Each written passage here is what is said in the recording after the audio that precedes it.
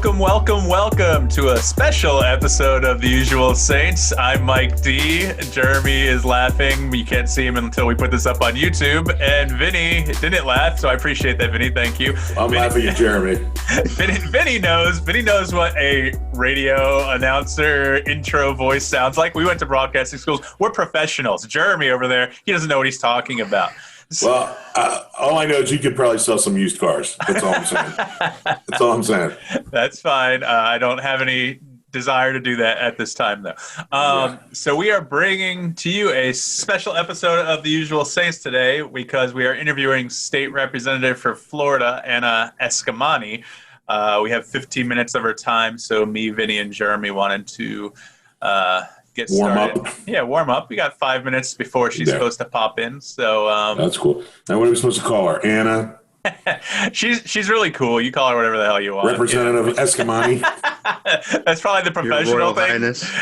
Well, I guess she's earned the title, so I'll call her Representative Eskamani. Until she goes, call me Anna. Yeah, I know. That's what I was thinking, too. I've met her a few times when I was working at the news station on various shoots. Actually, I met her the first time before she won in 2018.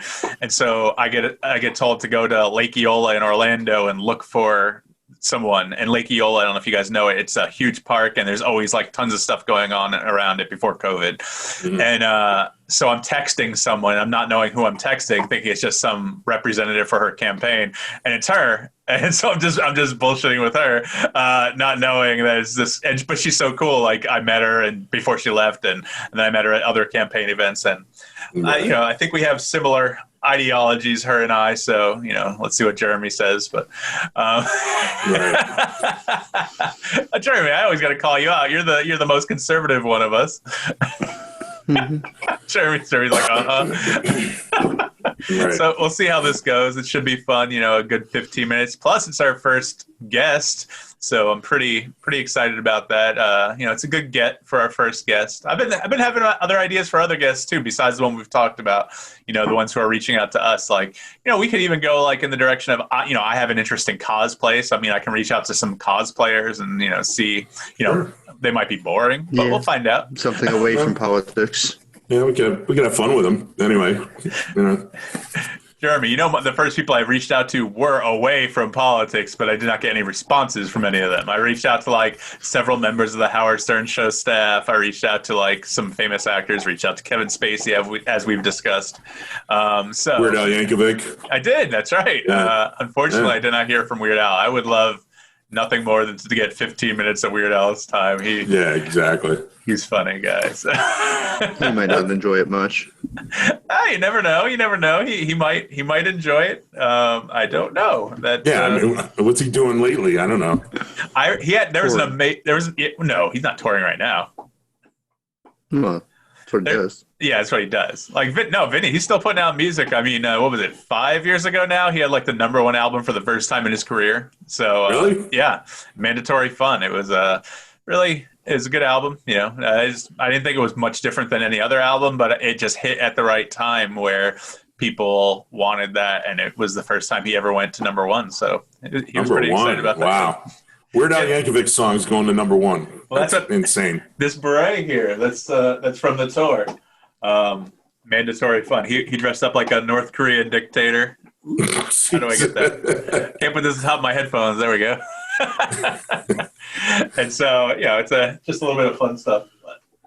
But that's it. Oh, and hey, guess what, guys? I went to the doctor this morning. I don't know how much we can talk about, just filling time until the representative shows up. I got my stitches removed. That's awesome, my sutures.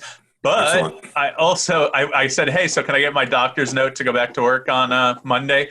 He's like, what do you do again? Do you do camera stuff? And I said, no, I used to do that. I do, or, I work for some other company now that, we've talked about, we're not talking about. So I'm like, yeah, I do a lot of computer work and a lot of field work, driving. He's like, oh yeah, you're not doing that. Wow. Nice. So he told me basically I'm not allowed to go back to work for another month. At least. Are you shitting me? No. Wow, what's work? Not even the office work part, huh? No, he didn't really specify that I couldn't do computer work, but yeah. So I texted. You're one-handed. I know. I texted my boss. I texted her to the sheet that said, "Hey, I can't go back for a month." And she started texting me saying that, she was cool about it. And then she was like, I think you have to fill out new paperwork, blah, blah, blah. So I just called her and I was like, no, I already filled out FMLA. It's good till April 3rd or something like that. So that's for the physical therapy. So I said, it just sucks that I'm going to have to use up more of my sick time and vacation time now, but I want it to heal properly. So I'm going to follow whatever the doctor says. So. FMLA, huh? What is that? Fuck My Life Association? Federal Medical Leave Act. Family Medical Leave Act. Family, whatever. I was close. You were close. It's you good for any. Just gone with it. I could have just gone with it, but I want to correct you and make sure you know what you're talking about. So I was way off then. You're a little bit off, but it's okay. All right. It pretty much keeps the government from or your job from firing you for not being at work. And that's a good thing. Yeah, that's exactly what it is. Like I wasn't anticipating being out this long, so it'll be interesting. Jeremy's leaving at 11 a.m. just as the representative is supposed to show up in the room. But he's got his AirPods in, so he can still hear us. Yeah. And we can hear him off mic. What's he doing? His morning stretches? I don't know what he's doing. He just woke up. I call, the princess needs to get out of bed and get ready and take a warm shower and stuff. But he's going to go back to bed after this. So, or he's going to try to. He's going to be tired tonight. I showered and dressed almost all the way. What does that mean? Yeah, use your imagination. Means we only see the upper half. And we're happy about it. Oh, I thought he meant he showered while he was dressed almost all the way. And I was like, what? What does that mean? Like, are you doing what do they call that? Like where you go to a sink? What do they call that? Some kind of sponge bath? Sponge bath? You go to a sink and you just kind of give yourself a quick rub down. A bird bath. Yeah. Oh my gosh. Yeah, that wouldn't work for me. No. It wouldn't work well for me either. With the physical therapy starting next week, we'll see how that goes. I feel like it's going to be painful. A month off, huh? That's nuts. Yeah, I mean, I guess I'll be able to catch up on all my shows and movies. My Netflix list should be pretty bare by the time I get around to it. Damn. Oh my gosh. Yeah. Let's see. But that's about all I have for now. Jeremy, what time did you get to bed last night? 5. 5 a.m.? Yeah, a little earlier than I normally would. But... So you got like 5 hours sleep. 5 a.m.? Yeah. Wow. Yeah. So I'm going to try to go back to sleep after this. Sleep till about 2. Yeah, we'll see if we'll let you. We might want to keep you on for an extra long show. We'll just put out a special bonus episode. Extra long show. Yeah. That's special report. That's probably not going to happen. What I was going to say is oh, gosh. I got a news alert that some little punk at Marjorie Stoneman Douglas down in Parkland, where the shooting was a couple years ago, right? Yelled out shots fired at the school. Are you shitting me? What an asshole. Went on to lockdown and police responded and Like a student at the school? I think that's what they're implying, yeah. Some student thought it would be funny. Shots fired. Wow. Yeah. That's ballsy. Today's not the anniversary or anything, right? It's in February. No, I think it was Valentine's Day. Yeah, okay. Yeah. Yeah. But that's like yelling fire in a crowded theater. That's criminal. Yeah. Yeah, absolutely. Hopefully arrest his ass and throw him in jail. And yeah. This is one of the things me and Jeremy can agree on. He posted something on Facebook about how that's one of my questions. Oh yeah. Okay. Well, wait. I was very shocked that me and Jeremy agreed on something, and I'm actually even more shocked that I agree with Rick Scott and Marco Rubio on something for a change. I thought that would be the part that would shock you. That is the most shocking thing, because I don't know if I told you guys a story, but when I was working in news a few years ago, and they were covering the toxic algae on the Treasure Coast here. Yeah. Bill Nelson, who I really like, he's a real personable guy. He came down. He went on a Harbor Branch boat or some scientific boat to go do the tour and see the toxic algae and everything like that. And so he's like a man of the people kind of thing, checking out the science, that kind of thing. Marco Rubio, because every senator had to come, of course. Right. He arrives on some contributor's yacht. huge yacht, and just pulls up to the dock, gets off the boat, totally rude, totally an asshole as soon as he gets off the boat. So, that's the thing, man. Even if we're media, we're still your constituents. And so the way he presented himself, he left a really bad taste in my mouth that day. Yeah. That would. Sounds like Bill Nelson did too, but in a different way. Seems what? Are you hooked up to your Ethernet again? You started cutting out again. I was saying it sounds like Bill Nelson probably left a bad taste in your mouth too, but in a different way. Jeremy's inferring that I gave Bill Nelson a blowjob. That's nice. Thanks for having to explain that. Hey, if it gets things done, let's do it, okay? I didn't know. And hey, Bill Nelson was mentioned in the Challenger documentary that we were talking about in the last episode. I didn't know that. I kind of knew he went to space, but that always confused me because I never did any research on it. He wasn't like an astronaut or anything. They sent a senator and a congressperson to space in the 80s. And so the senator was some guy named Jeff Garn or something like that. But Bill Nelson was the congressperson that got to go up to space. And then, really? Yeah. I didn't know that. That payload operator that I was telling you guys about, Greg Jarvis, that died on the Challenger, he actually got bumped from both missions by the senator and then by Bill Nelson. So he would have been on either of those two missions instead of the one he went going on. Challenger. Wow. So, I mean, it's just kind of a crazy... Luck of the draw. Yeah, crazy thing to think about. Wow. Yeah, I didn't know Bill Nelson went to space. Yeah, I don't know what he did up there, but it's probably one of those up and back things. You know. Well, no, I mean, you get sent to space on a shuttle. You assume you have to be up there for a week, maybe. Yeah, I mean, that's a lot of money to just go for a joyride. Yeah. And I think the ones in the early 80s were only going up for 4 or 5 days at a time. It wasn't until later on they started staying up for like 12 days. Gotcha. Okay. First, they were real short. Well, the original plan was to send a shuttle up like every week. They thought they'd be able to turn those things around in a month. Wow. Yeah. Didn't work out that way. Mm-hmm. No, it's a little bigger endeavor than they expected. I was surprised on the Challenger documentary. I didn't realize how cold it was that day. I always heard about how cold it was. There were literally icicles hanging from the platform where the Challenger was, the space shuttle itself and things like that, because the citrus crops had all frozen and it dropped like below freezing. And so that's how cold it was. And they still decided to launch that shuttle. I mean, that's idiotic. Yeah. And then they say under 55 degrees, don't go. Under 53. I don't know how that was the magic number, but that's a scientist and engineer that is telling me that. So, it says, I got a message from the reps. Representative, the reps spokesperson, the rep, saying that she's running late, but she'll be there soon. Yeah, no problem. So we got a little bit of time to kill. We can kill some of those topics we had on our list that we didn't get around to, such as, let's see, internet recipes. What the hell? Who put that on there and why? That's got to be Jeremy. Well, yeah. Jeremy, what? Yeah. Have you guys ever tried any of those things you see online? I don't know if they ever show up on your feeds or on your social media at all, but I mean, I've from people. Some of those recipes are freaking amazing. Yeah, well, I've gone online to get recipes, like from the Food Network and stuff like that, but I've never just taken somebody else's recipe. Like off Facebook, somebody will make a cake or something, they'll put the recipe up.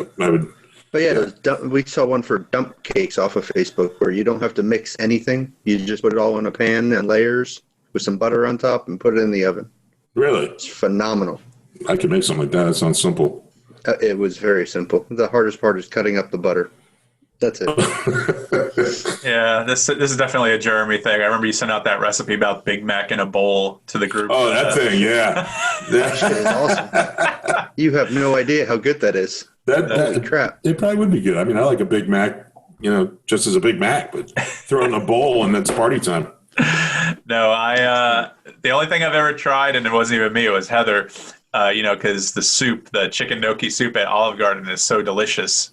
I asked her to try cooking it at home, and so she got a recipe offline because Olive Garden's not just going to release that, and she thought it was good.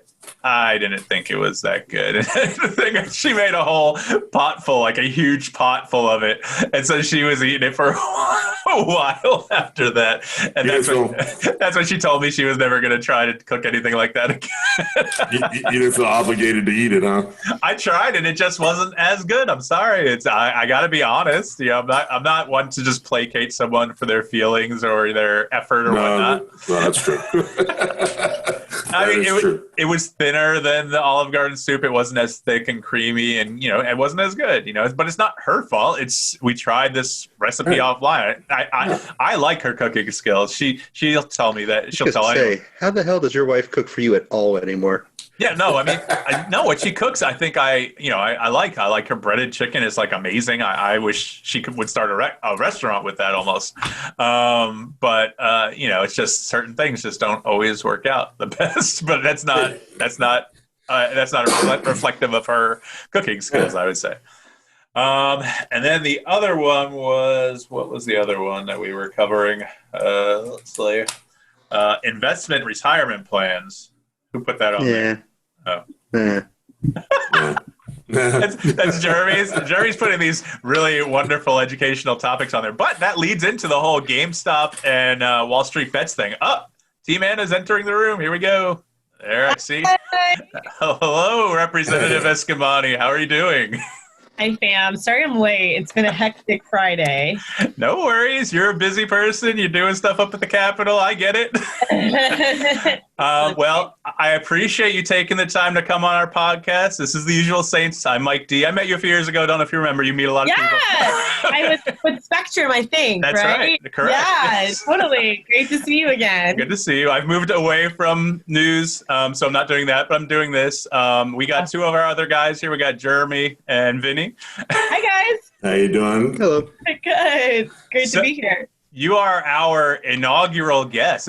You're our first guest ever. Oh. Lots of pressure. Wow. That's an honor. There's a T-shirt on the way.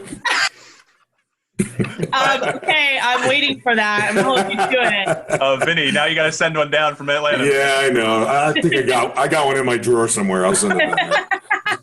That's awesome. Very cool. I don't know. I mean, I talked to Cheyenne a little bit about the podcast. I mean, what we do is we just talk a little bit about, whatever is on our minds and whatnot. We don't really have a set thing. We're not like political. We're not pop culture. We're not movies, but we cover everything in one spot. So, I knew you from the campaign. I knew how cool you were and how personally I agree with a lot of the stuff that you're doing.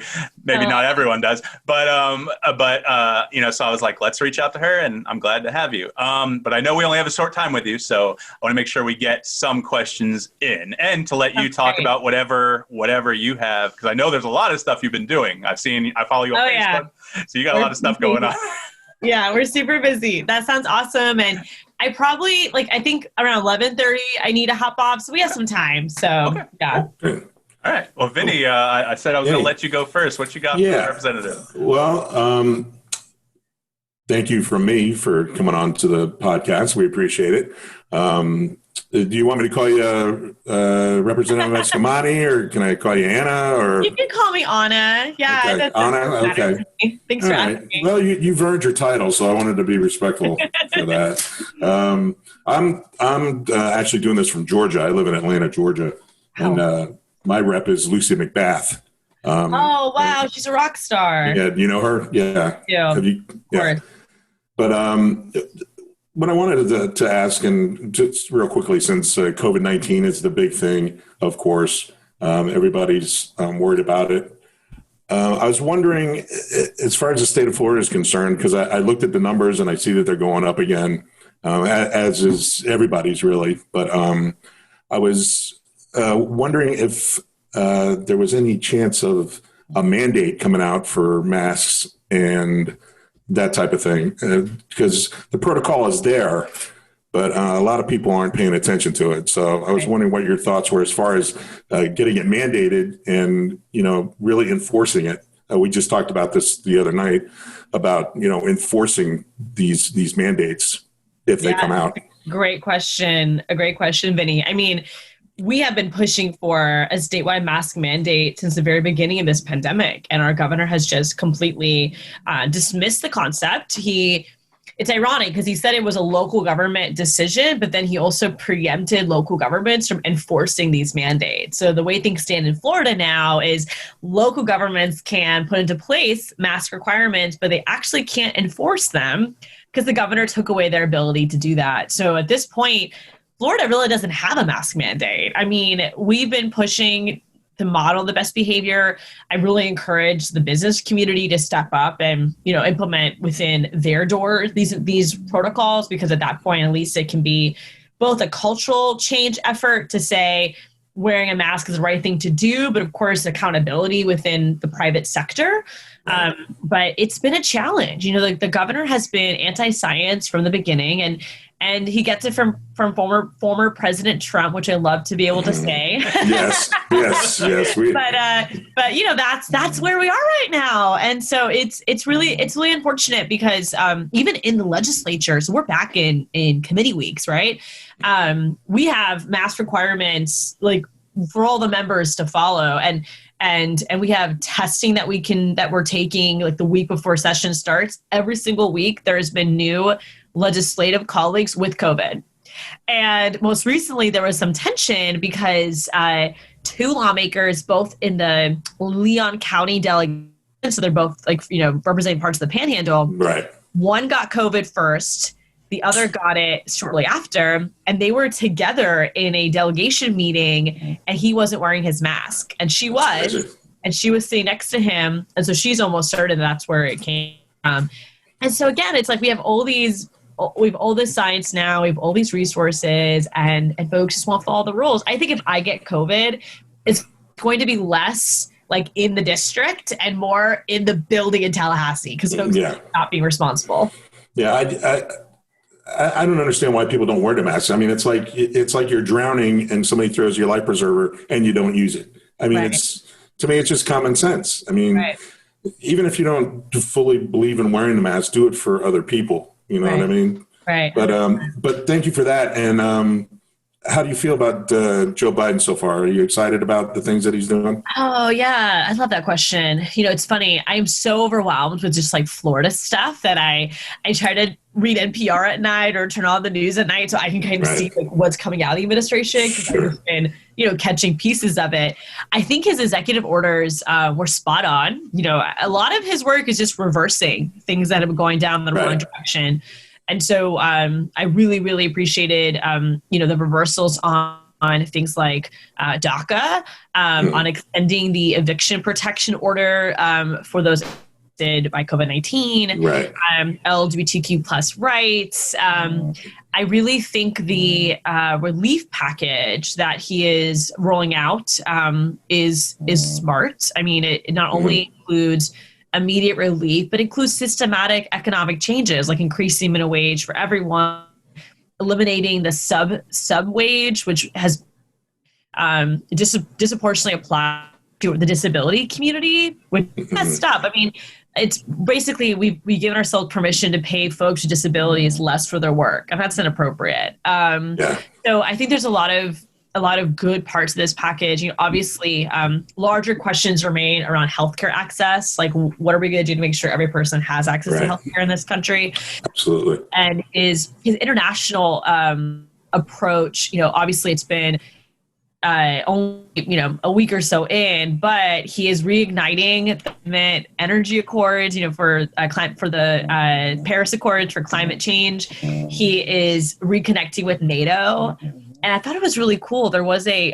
video his administration did that showed the conversation he had with NATO leaders. And it was really interesting because it kind of opened up international politics to everyday people. And I do think that there's a knowledge gap for Americans, right? To what's happening around.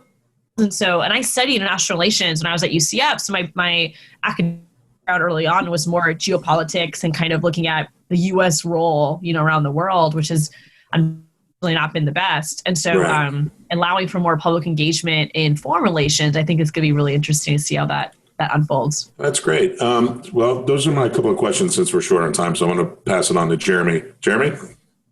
Hi.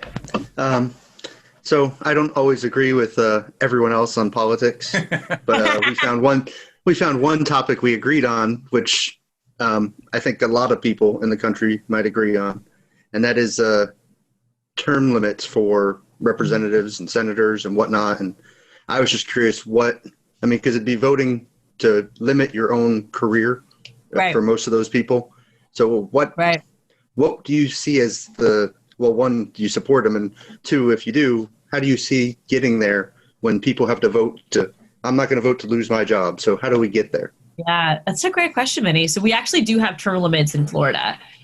So I have a term limit of 8 years in the state legislature. So do senators. Of course, you can serve those 8 years and then run for something else, right?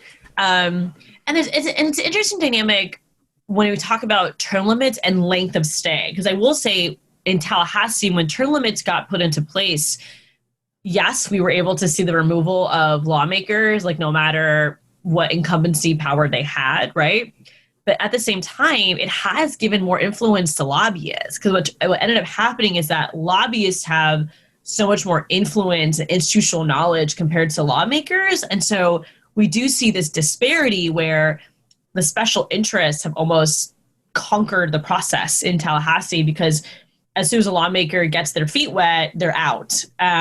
Now, to that point, I feel like I'm at an advantage because I've been following the legislative process for a long time. When I got to Tallahassee, my feet were already wet. And so I was able to kind of hit the ground running, and I feel confident that in 8 years, if I even stay that long, there'll be good work to be done.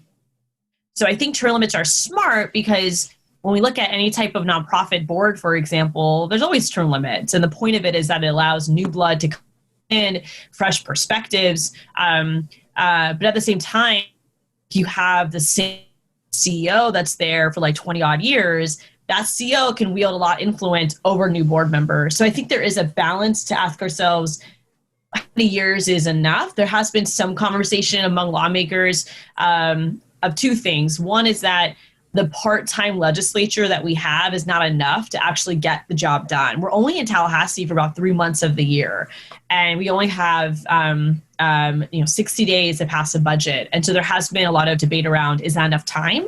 And then the other side of that coin is, have term limits helped or hindered us? And so again, I think term limits are smart.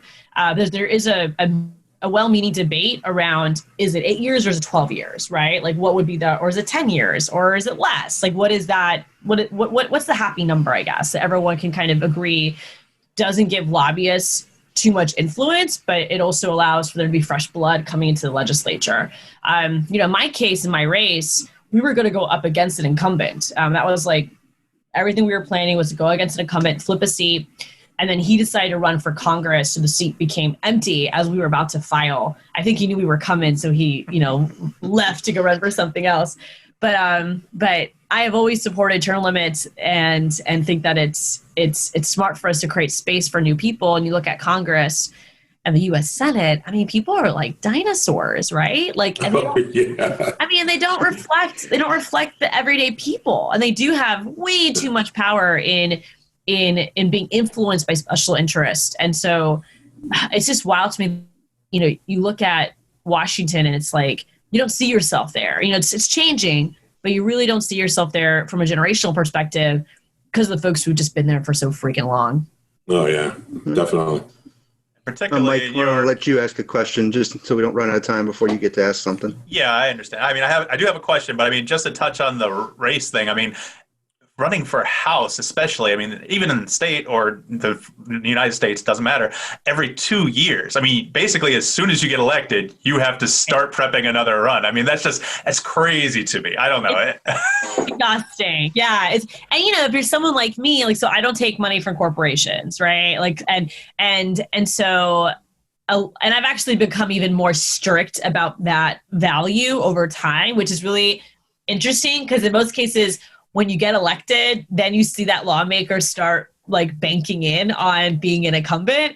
And for me, I've actually rejected more money than accepted in my second term, which I'm really proud of. But it does create challenges because every time I say no to a corporate donor, it puts a target on my back, right? Because now they hate me for it. Absolutely. And two, I got to find that money somewhere else. And so the second you win, like you are back on the campaign trail. And right now I'm actually in the process of trying to update some of my fundraising like tools. Like we have we have a political committee that's complementary to the work that we raise in my campaign account, but because of redistricting and honestly, I don't know what I'm running for yet in 2022. There's like a lot of chatter about what folks are encouraging me to do and that kind of stuff. And so I'm going to start raising money into my political committee. But I got to get all that set up. And, I don't have like the consultants doing it. Like it's a bunch of scrappy volunteers, so it just takes like extra time to get it done. And it's exhausting, like literally, in my head, like in addition to like responding to the flood of emails we have about unemployment issues and getting all my bills filed for session and my day job on top of it, I'm thinking about raising money next week and, who am I going to reach out to and what are those conversations going to look like? And so yeah, it's quite draining. But it's democracy. And, I knew what I was getting myself into when I committed to do this work. So I don't complain about it, but yeah, it's overwhelming for sure. Especially when you want to do it the right way. Right. Well, you definitely seem passionate about it. That's for sure. Thank and you. That's what you need, in Absolutely. politics is somebody with passion rather than deep pockets. And I wasn't going to touch on that thing you kind of hinted at until the end, but I mean, have you given any serious thought to a gubernatorial run in 2022? I know you got to think about your term right now. That's what you're focused on, but right. Wow, Mike, it's funny. I think I'm out of time now. Oh, look at the time. Darn. Listen, did not expect Mike to be the one to run her off. All right. We can skip that for now if you're not sure. sure. We can talk about it. We should totally talk about it. So, yes. I mean, there has been all of this incredible grassroots energy about me running for governor. And I say that because it's not coming from lobbyists. It's not coming from even reporters. It's not coming from consultants that are like planting my name in places. Like it's literally from the grassroots up. And it was so funny. There's been a few different like blogs written about, who can run statewide and a few of them like omit my name, and it's totally on purpose. And then I get called out for it by grassroots people who are like, oh, why isn't Anna on your list? Because the influencers, they don't want me anywhere near that, right? Because if we were to do that, we would be pissing off Democrats and Republicans in the establishment because corporate money is not a red versus blue issue. Like there is way too much corporate money in politics, and Democrats are guilty of consenting to that and accepting that, just like the Republican Party is. And we would be the contrast to say that ain't right, and to really like build that grassroots energy around a government for the people, by the people, elected to serve the people. And so I am seriously considering it because that would be a game changer. And I don't see any other candidate who does that and who does that with grit and with grace and with empathy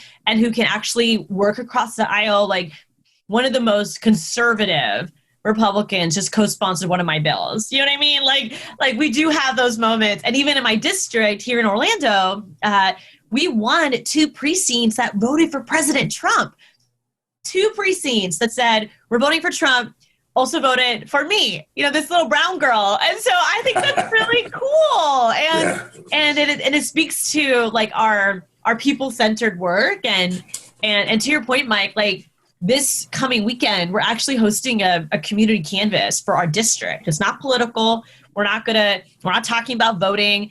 We're going to be going to people's doors, leaving them information about our legislative office. We don't care what your party is. We just want you to know that we're here for you. And I think more and more people are hungry for just authenticity. And they're hungry for someone who is just listening to them and cares about them.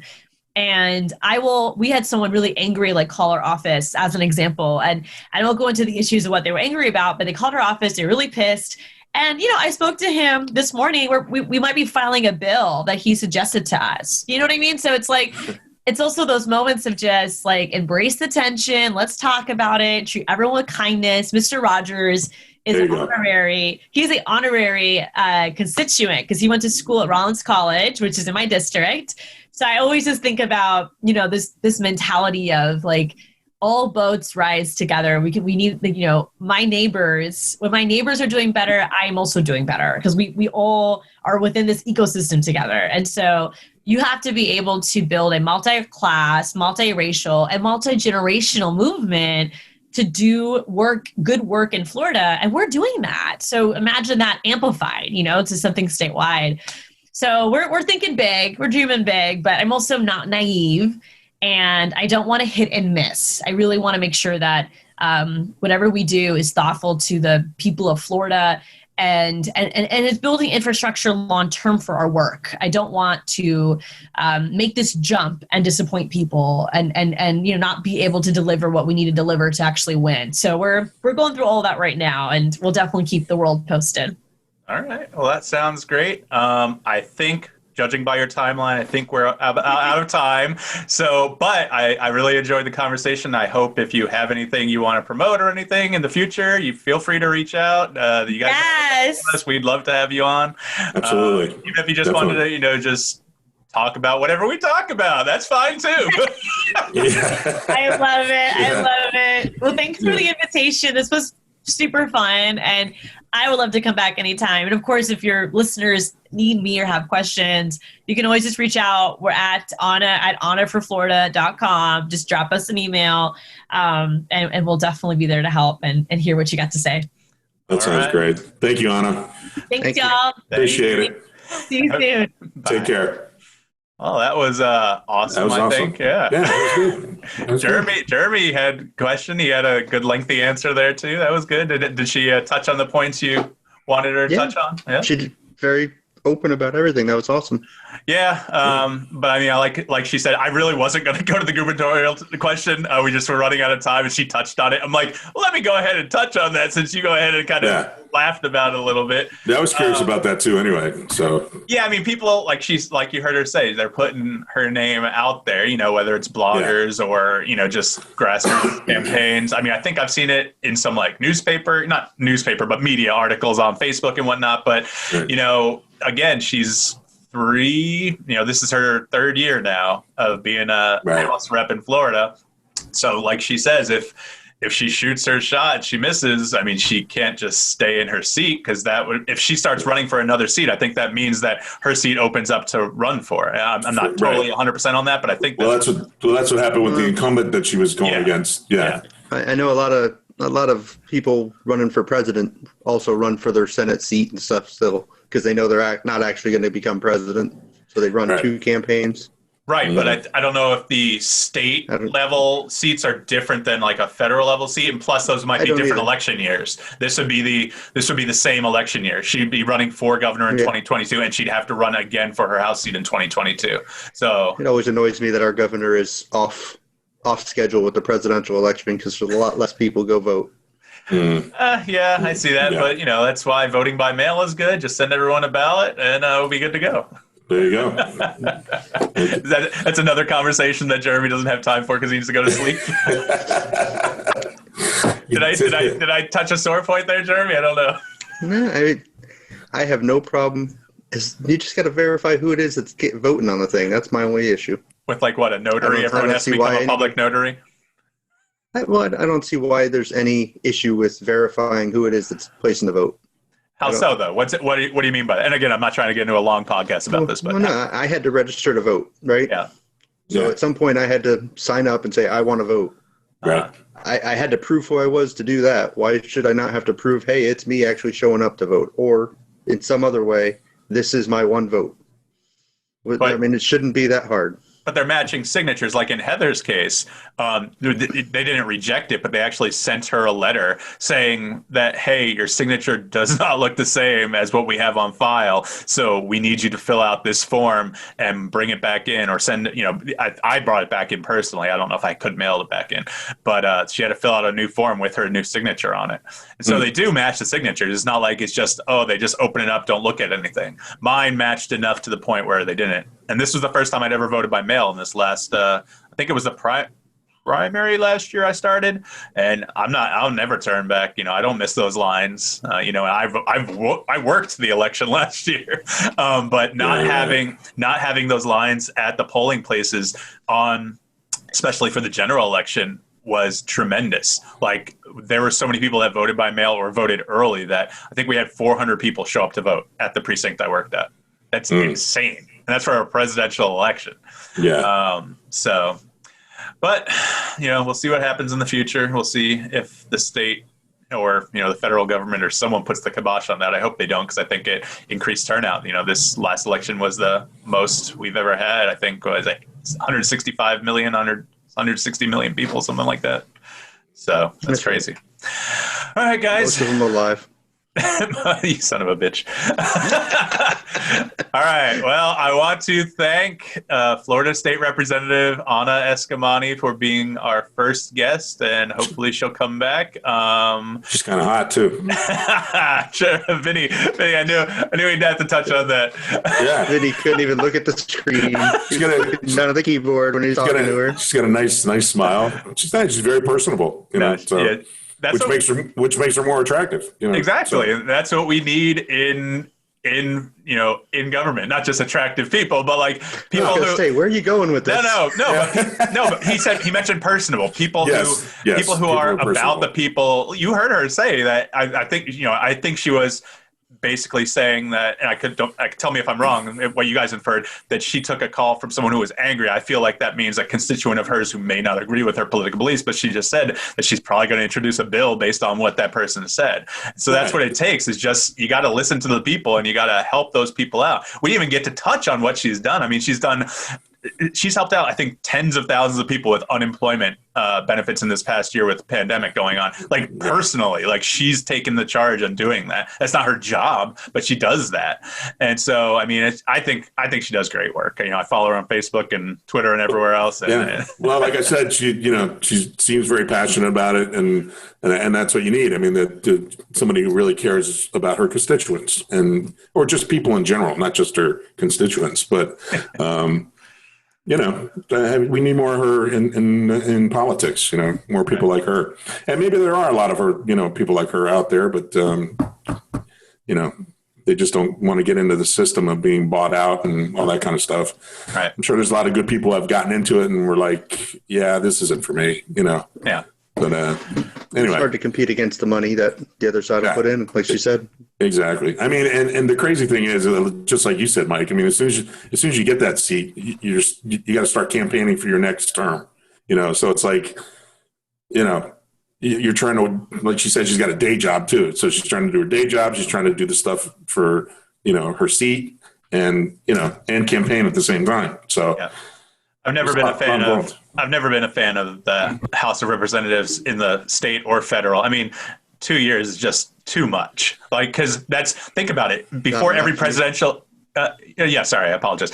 Before every presidential campaign, when do you hear about the candidates? 2 years before. And so, like I said before, you're basically running as soon as you get reelected. Exactly. And so that's just insane to me. Give them at least 4 years. Senators, senators at 6 years, I don't know, like that, but it is what it is. But at least they don't have to start campaigning right away. I'd be good with the 4 years. So let's just make it, they can only be there for 12 in that position. Exactly, right. Don't make it a lifelong thing, like a pope or whatever. I didn't know state representatives in Florida had term limits, so that's actually cool to learn from her. I know we were talking about, national with what Rubio and Scott are trying to introduce, but all right, guys. Well, I think that's been a really great special episode of The Usual Saints. I'll put this one up as soon as now I gotta go buy a T-shirt. you gotta put The Usual Saints logo on it. You gotta put Usual Saints on there. Yeah. You gotta send it to her office. You can do whatever you want. Yeah. You're just gonna grab like an old white T-shirts with armpit stains. Just a Hanes Under Armour, a Superman T-shirt or something. That's right. All right, guys. Well, again, as always, you can reach out to us. You can call 240-724-6877. That's 240-SAINTS with 3 S's. You can email us at usualsaints@gmail.com. If you want to reach out to Representative Eskamani, what did you say it was? Anna at annaforflorida.com, I think. That's right. And if not, okay, you guys said that's right. If not, you can just Google her. She's easy to find. For Jeremy and Vinny, I'm Mike D. Thanks for listening to a special episode of The Usual Saints. Peace. I always know that's when we're going to end, because Vinny will say peace and, Saint, you'll usually say something else. So I'm like, I always leave those in. That's great. All right, guys. I know Jeremy wants to go to sleep. Jeremy doesn't want to, stay up too much longer. Right. I'm going to DoorDash. Okay.